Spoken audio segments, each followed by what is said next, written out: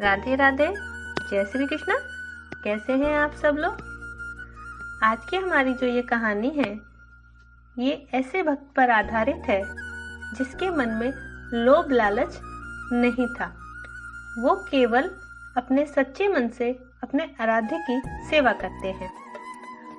सच्चा भक्त कौन होता है, इस कहानी को सुनकर आपको पता चलेगा कि आखिर भक्ति क्या है, आखिर हमसे हमारे भगवान क्या चाहते हैं। भक्ति करते समय मन शांत रहना चाहिए और सभी तरह के बुरे विचारों से बचना चाहिए। जो लोग इस बात का ध्यान रखते हैं, उन्हें ही भगवान की कृपा मिलती है।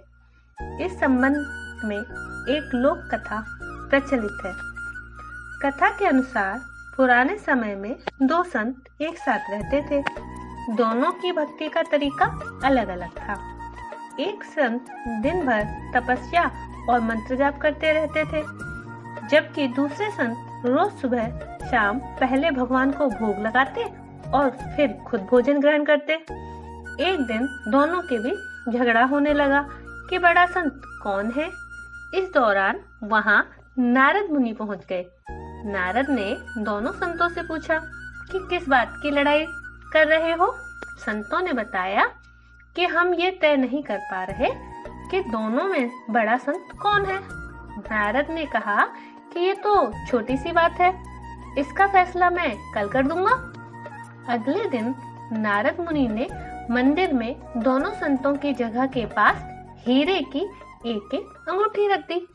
पहले तप करने वाला संत वहां पहुंचा। उसने एक अंगूठी देखी और चुपचाप उसे अपने आसन के नीचे छिपाकर मंत्र जाप करने लगा। कुछ देर में दूसरा संत भगवान को भोग लगाने पहुंचा। उसने भी हीरे की अंगूठी देखी, लेकिन उसने अंगूठी की ओर ध्यान नहीं दिया। भगवान को भोग लगाया और खाना खाने लगा। उसने अंगूठी नहीं उठाई। उसके मन में लालच नहीं जागा, क्योंकि उसे भरोसा था कि भगवान रोज उसके लिए खाने की व्यवस्था जरूर करेंगे। कुछ देर बाद वहां नारद जी आ गए। दोनों संतों ने पूछा कि अब आप बताएं कि हम दोनों में बड़ा संत कौन है। नारद ने कहा, तपस्या करने वाले संत को खड़े होने के लिए जैसे ही वह संत खड़े हुए, उसके आसन के नीचे छिपी हुई अंगूठी दिख गई। नारद मुनि ने उनसे कहा कि तुम दोनों में भोग लगाकर खाना खाने वाला संत बड़ा है। तपस्या करने वाले संत में चोरी करने की बुरी आदत है। उसने भक्ति के समय में भी चोरी करने से संकोच नहीं किया, जबकि भोग लगाने वाले संत ने अंगूठी की ओर ध्यान तक नहीं दिया। इस कारण वही संत बड़ा है। इस कहानी से हमें जो ये सीख मिलती है कि भक्ति तभी सफल होती है जब भक्त के मन में बुरे विचार न हो, भक्त बुरे काम न करता हो। जिस भक्त के विचार पवित्र और जो बुरे कामों से दूर रहता है, सिर्फ उसे ही भगवान की कृपा मिलती है। अन्यथा आप कुछ भी कर लें, कितनी भी पूजा पाठ कर लें, आपको भगवान की कृपा नहीं मिल सकती।